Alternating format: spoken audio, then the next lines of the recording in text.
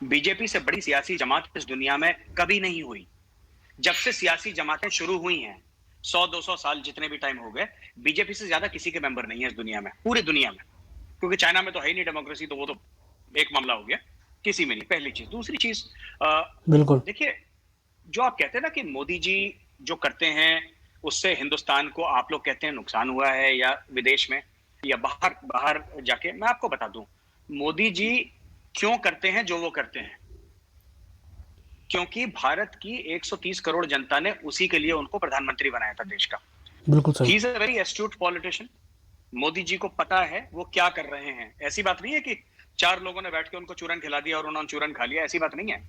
He knows exactly, उनको बिल्कुल पता है वो क्या कर रहे हैं।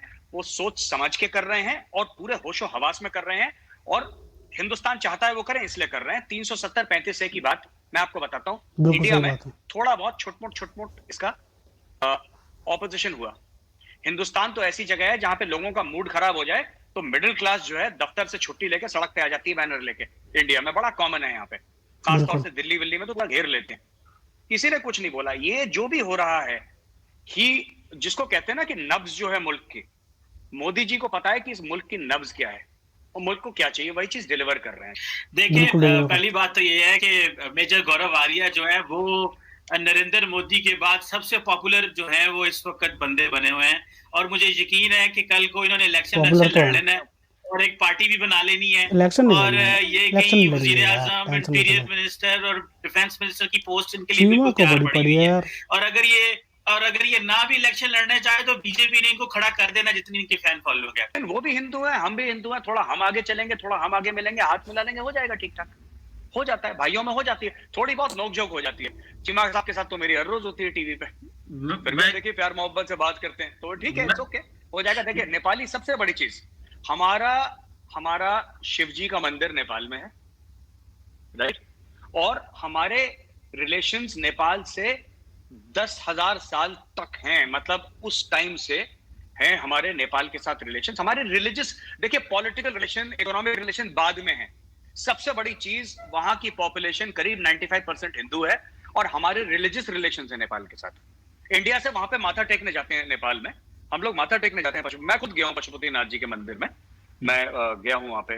तो this is what it is. हाँ, थोड़ा सा डिप है, डिप ठीक हो जाएगा। इनके एक लॉ मेकर है, उनका नाम है गौरव गोगोई, जो कि पार्लियामेंट की स्टैंडिंग कमेटी डिफेंस के मेंबर हैं। उन्होंने एक दफा कहा था कि इंडियन आर्मी के पास सिर्फ 10 दिन का जो है ना एम्युनेशन है, और तकरीबन जो 68% जो आर्मी का इक्विपमेंट है वो इतना पुराना है कि वो लड़ भी नहीं सकते। अब ये वो आर्मी है जो पिछले 10 साल से, जिन्होंने 100 के करीब अरब डॉलर के करीब उन्होंने इन्वेस्टमेंट की है मिलिट्री मॉडर्नाइजेशन।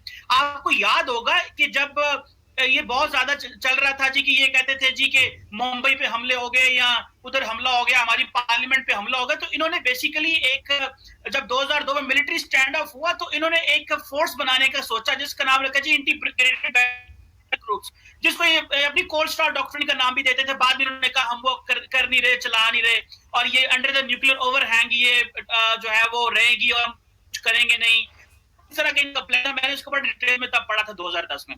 तो जब मैं भी अपने लिए गाड़ी खरीद के लाया था, तो गाड़ी के टायर के नीचे मैंने नींबू रखा था और मैंने गाड़ी चलाई थी।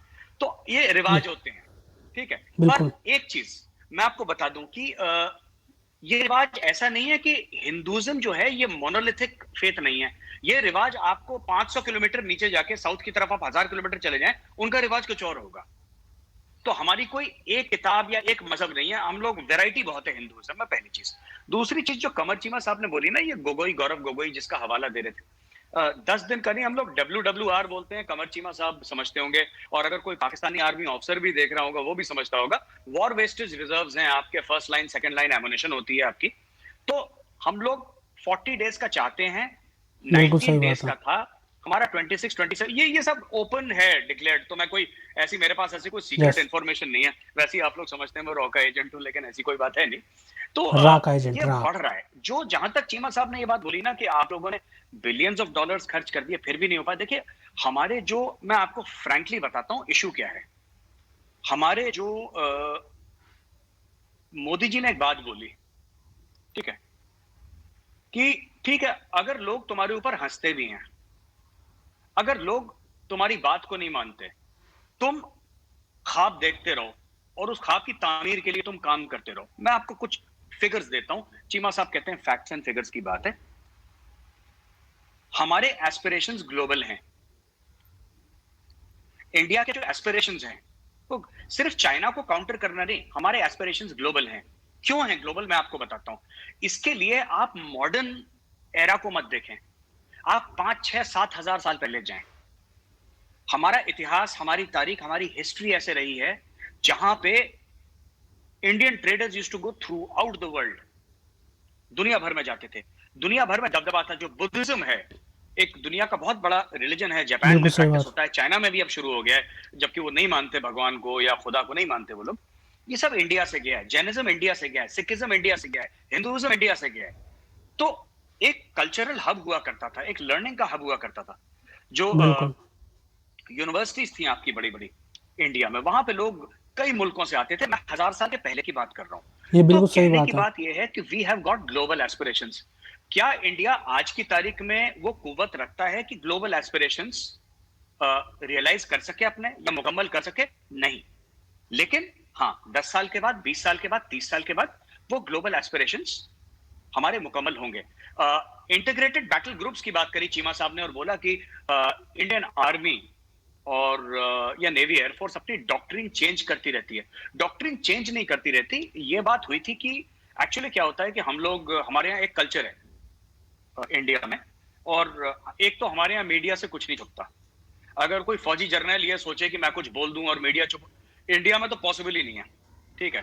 और अगर किसी ने, आज तक ऐसा नहीं हुआ 72 साल में, लेकिन अगर बाय द वे मैं पाकिस्तानी ऑडियंस को समझाने की कोशिश करूं, अगर कोई जर्नल यहाँ पे कॉल करे ना किसी जर्नलिस्ट को कि खबरदार अपना मुंह बंद रखना, तो पहले तो उस जर्नलिस्ट को हंसी आएगी और हो सकता है हंसते हंसते वो जमीन पर गिर जाए, क्योंकि यहाँ पे फौज का बिल्कुल अलग मामला है पाकिस्तान से। अब मैं आपको बताता हूँ, ये जो चेंज हुआ ना, ये पार्लियामेंट पाकिस्तान में अटैक तो के बाद मिलिट्री हुआ। डिक्टेटरशिप है। पार्लियामेंट अटैक में जब लश्कर तैयबा और जैश मोहम्मद के 5 आए थे, और पार्लियामेंट जब काफी कशीदगी बढ़ गई थी, और ऑपरेशन पराक्रम हमारी तरफ से, मुझे नहीं पता पाकिस्तान में क्या कहते हैं, हमारी तरफ से ऑपरेशन पराक्रम, वहां पे क्या हुआ था इसके बारे में लिखा गया है। जो मैं बात बता रहा हूँ ना, मीडिया में बहुत लिखा गया है इसके बारे में। देन वी डिसाइडेड, जो हमारा पूरा समय लगता है, हम लोग कहते हैं फौज में बलून गोइंग अप, जब बलून गोज अप ना, जब आपकी जंग की बिल्कुल हो जाती है कि होने वाली है, तब जब आप मोबिलाइज कर रहे हो, तो we were taking too much time, हमें समय बहुत लग रहा था। इसलिए हमने ये जो इंटीग्रेटेड बैटल ग्रुप्स हैं, हमने इसका डिजाइन करा अंडर द न्यूक्लियर ओवरहैंग। तो पॉलिसीज हमारी चेंज होती है। हम लोग वॉर गेमिंग करते हैं हर साल, पाकिस्तानी आर्मी भी करती है, राइट, हर एक आर्मी करती है और करना भी चाहिए। वॉर गेमिंग करते हैं। हमारे यहाँ ये कल्चर है कि वॉर गेमिंग के जो पेपर्स हैं, जो वॉर गेम का रिजल्ट निकलता है, वो पब्लिश होते हैं। उसको लोग कहते हैं ये हमसे गलती हुई है यार, ये हम नहीं समझते, ठीक है चेंज करो इसको। तो दूसरा कहेगा साहब इसमें तो $5 बिलियन हमने डाल दिए हैं। तो कह रहा तो क्या हुआ, $5 बिलियन डाल दिए, कोई बात नहीं, अगले साल इसको चेंज करो और बेहतरी की आगे ले जाओ। तो ये कहना कि हम लोगों में एक चीज है कि जो सेल्फ, जिसको कहते हैं ना क्रिटिकल, खुद में गलतियां निकालना, खुद के गरिमान में झांकना, ये हम लोग हर साल करते रहते हैं। साल में 2 बार करते हैं, 2 बड़ी बड़ी एक्सरसाइज करना जरूर भी है, जिसमें नेवी भी होती है इन्वॉल्व, जिसमें एयरफोर्स भी इन्वॉल्व होती है, और हर समय खुद की गलतियां, जी हमसे गलती हुई है, हम यहाँ पे पीछे छूटे, एक्सरसाइज में यहाँ पे हमें मात खानी पड़ी, अब हमें इतना पैसा खर्च करके इस चीज को कवर अप करना।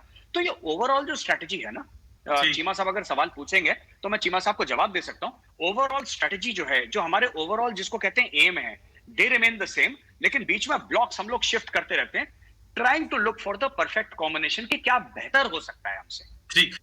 तो दोस्तों ये थी डिबेट कमर चीमा और गौरव आर्या जी की, जिसमें डिस्कस किया जा रहा था कि जो पाकिस्तान में जो डिक्टेटरशिप चलती आ रही है, जो मिलिट्री काबिज हो जाती है पूरे पाकिस्तान पर, ये पाकिस्तान के लिए कितना ख़तरनाक है। मतलब कि कोई सरकार 5 साल, अपने 5 साल का टर्म पूरा ही नहीं कर पाती पाकिस्तान में, उससे पहले ही गिर जाती है। जैसे कि अभी हमने देखा था, जैसे इमरान खान की सरकार कैसे गिरा दी गई, वो बहुत बड़ी बात थी। मतलब कि वो उसकी गलती क्या थी, उसकी वो सीपैक पे पूछ रहा था कि कितना लोन दिया गया है और कितना लोन दिया जाएगा और कितना रिटर्न में करना है पाकिस्तान को। सारा कोई डॉक्यूमेंटेशन नहीं है, बस मतलब कि ऐसे ही लोन दे दिया गया है पाकिस्तान को, और पाकिस्तान को कितने ब्याज दर पे लोन दिया गया है, ये पता नहीं 50% पे दिया गया है या 60% पे दिया गया है, ये खुद पाकिस्तान को नहीं पता। और ये बंदा जब ये सवाल उठा रहा था कि भाई साहब मुझे एक बार बता तो दो कि कितने % पे दिया है, तो उसकी सरकार गिरा दी गई। बस ये होता है मिलिट्री डिक्टेटरशिप। जब बाजवा था, उसका नाम पूरा याद नहीं आ रहा मेरे को, कमर जावेद बाजवा ऐसे कुछ नाम था उसका, और जब वो था तब वो इमरान खान के पीछे पड़ गया था कि भाई साहब तू कौन है, तू प्रधानमंत्री तो है, लेकिन जो ISI का चीफ होता है, जो मिलिट्री चीफ होता है पाकिस्तान में, वही सबसे ज़्यादा पावरफुल होता है। तो उस वक्त कमर जावेद बाजवा था, तो वो इमरान खान को हटा दिया था। इमरान खान की इज्जत अब बिल्कुल भी नहीं रही है। मतलब कि वैसे तो लोग उसे फॉलो बहुत करते हैं, लेकिन भाई साहब उसको जब से जेल में डाला है ना, और जेल में डालने के बाद वो मतलब फैन फॉलोइंग तो और बढ़ गई है उसकी, मतलब कि उस तरीके से, लेकिन वैसे इज्जत नहीं करी जा रही है उसकी, लेकिन मतलब करनी चाहिए थी। लेकिन पाकिस्तान में तो ये दस्तूर चलता आ रहा है कि भाई साहब कोई भी सरकार हो जाए उसके 5 साल पूरे होने ही नहीं देते। लेकिन उसकी उल्टे भारत की तरफ देखा जाए तो भारत में कोई ऐसा जनरल बता दो जिसकी बाहर प्रॉपर्टी हो, लंदन, अमेरिका, यूरोप, UAE, कहाँ पे प्रॉपर्टी है, कहीं प्रॉपर्टी बता दो।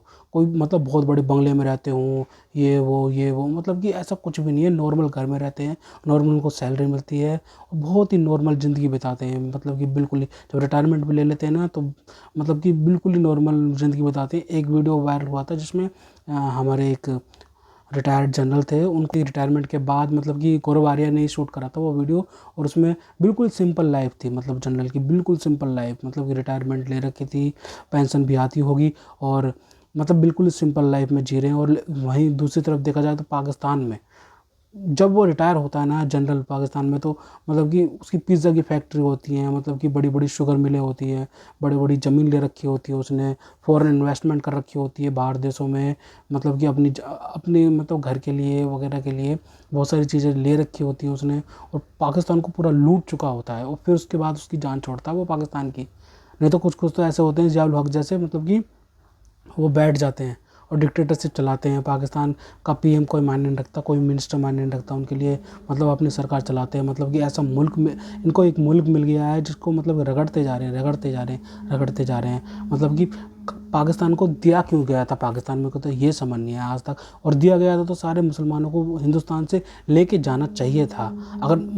अगर हिंदुस्तान के मुसलमान पाकिस्तान नहीं जाना चाह रहे थे तो पाकिस्तान बनना ही नहीं चाहिए था, क्योंकि वो मुल्क मज़हब की बुनियाद पे बना था, तो सारे मुसलमान जाने चाहिए थे, नहीं तो कोई नहीं जाना चाहिए था और बनना नहीं चाहिए था। साफ बात तो यही है। पूरा अखंड भारत रहता, ना बांग्लादेश बढ़ता, ना पाकिस्तान बढ़ता, ना हिंदुस्तान में और कुछ होता, तो कितना सही रहता। इतना लाखों लोगों की जान जाती। जो पार्टीशन हुआ है, मतलब पार्टीशन पे इतना खून खराब हुआ है जितने पूरी दुनिया में नहीं हुआ होगा, इतना पार्टीशन के टाइम पे हुआ है। बाकी और भी इतिहास में हुआ होगा, लेकिन मैं मानता हूँ, लेकिन जो हमारा पार्टीशन पर हुआ है ना, जितना हंगामा हुआ, जितने लोगों की लाशें गिरी हैं, बहुत बुरा हाल हुआ था यहाँ पे।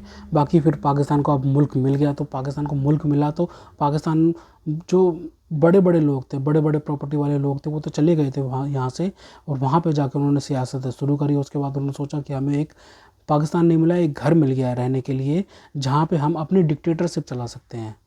डेमोक्रेसी तो है नहीं ना पाकिस्तान में। डेमोक्रेसी मेहनत मांगती है, डिसिप्लिन मांगती है, जो कि पाकिस्तान में नहीं है। मतलब कि डेमोक्रेसी नाम की कोई चीज़ नहीं है। मतलब कि वो करवा तो देते हैं दुनिया के सामने इलेक्शंस, लेकिन पाकिस्तान में चुनिंदा सरकार चुनी जाती है, सरकार सिर्फ और सिर्फ मिलिट्री डिक्टेटर के द्वारा, ISI चीफ के द्वारा, आर्मी चीफ के द्वारा। बस यही चीज़ पाकिस्तान में होती है। और उसके बाद वो कश्मीर में हमले करवाते हैं, बस कश्मीर में हमले करवाते हैं, मिलिटेंट्स को तैयार करते हैं और भारत को बिजी रखते हैं उस चीज़ में। लेकिन भारत ने अब ये पॉलिसी अपनी बदल ली है। अब भारत सीधा रिटेलिएट करता है। रिटेलिएट करने के बाद भारत अपना काम करने लग जाता है। वो काम क्या है? वो पाकिस्तान में अस्थिरता फैलाना, क्योंकि खुशहाल पाकिस्तान भारत के लिए बहुत ख़तरा है। साफ बात यह है, पाकिस्तान की इकनॉमी बूस्ट करेगी तो वो मिलिटेंट्स को भेजेंगे और कश्मीर में हंगामा करवाएंगे, और पहलगाम जैसे हमले होते रहेंगे, उरी पुलवामा जैसे हमले होते रहेंगे, तो भारत में हलचल होती रहेगी, कश्मीर में हंगामा होता रहेगा। तो भारत के लिए अच्छी बात नहीं है। इसलिए भारत ने ये ठान लिया है कि पाकिस्तान में घुसकर उनके जो मिलिटेंट्स हैं उनको डिसलोकेट क्या बोलते हैं उनके मिलिटेंट्स को मतलब कि मारना है और उसके बाद वहीं पे रह के भारत को सारी खबरें पहुंचानी है। मतलब ये सब चीज़ें तो बहुत टाइम से होती आ रही है, लेकिन अब जो होता है ज़्यादा से ज़्यादा बढ़ गई है, क्योंकि वहाँ पे एक गनमैन हमने रख दिया है जो कि एक अननोन गनमैन है, जो कि भारत के जो दुश्मन है मिलिटेंट्स हैं उनको मार रहा है। मतलब कि भारत में जो दहशतगर्दी फैलाते हैं उनको एक एक करके मारा जा रहा है। तो ये बहुत अच्छी बात है भारत के लिए, क्योंकि भारत को पता है अब क्या करना है, क्योंकि पाकिस्तान को अब ये मौका और नहीं दे सकते हैं। पाकिस्तान चाहे मतलब कि पाकिस्तान को मौका नहीं दे सकते कि पाकिस्तान और भी हमले करवाए भारत में। 26/11 हुआ और क्या बोलते हैं पार्लियामेंट अटैक हुआ, उरी हुआ, पठानकोट हुआ, पुलवामा हुआ, कितने सारे हमले हुए हैं, बहुत सारे हमले हुए हैं पाकिस्तान की तरफ से। लेकिन पाकिस्तान को हमने बहुत सबूत दिए, लेकिन पाकिस्तान मानता नहीं है, जो कि पाकिस्तान को पहले से ही ये सब चीज़ें दूर कर लेनी चाहिए थी, लेकिन पाकिस्तान ने नहीं माना। पाकिस्तान को भी दर्द मिल रहा है तालिबान की तरफ से, क्योंकि पाकिस्तान अब तालिबान को यही कहता है कि दहशतगर्दी मत फैलाओ। पाकिस्तान का बोया हुआ ही तालिबान है, जो कि अब वो पाकिस्तान को दर्द दे रहा है, जो कि बहुत अच्छी बात है। पाकिस्तान हिंदुस्तान के लिए बहुत अच्छी बात है कि वहाँ पाकिस्तान बिजी है, और ये बहुत अच्छी बात है। तो दोस्तों, अगर आपको हमारी ये वीडियो पसंद आई हो तो कम से कम व्हाट्सएप पर ज़रूर शेयर कीजिएगा। साथ साथ चैनल को सब्सक्राइब करके हमारा मनोबल ज़रूर बढ़ाइएगा, ताकि हम आपके लिए ऐसी ही मनोरंजन वीडियोस बनाते रहें। तो गाइस, मिलते हैं आपसे अगली वीडियो में, तब तक के लिए जय हिंद।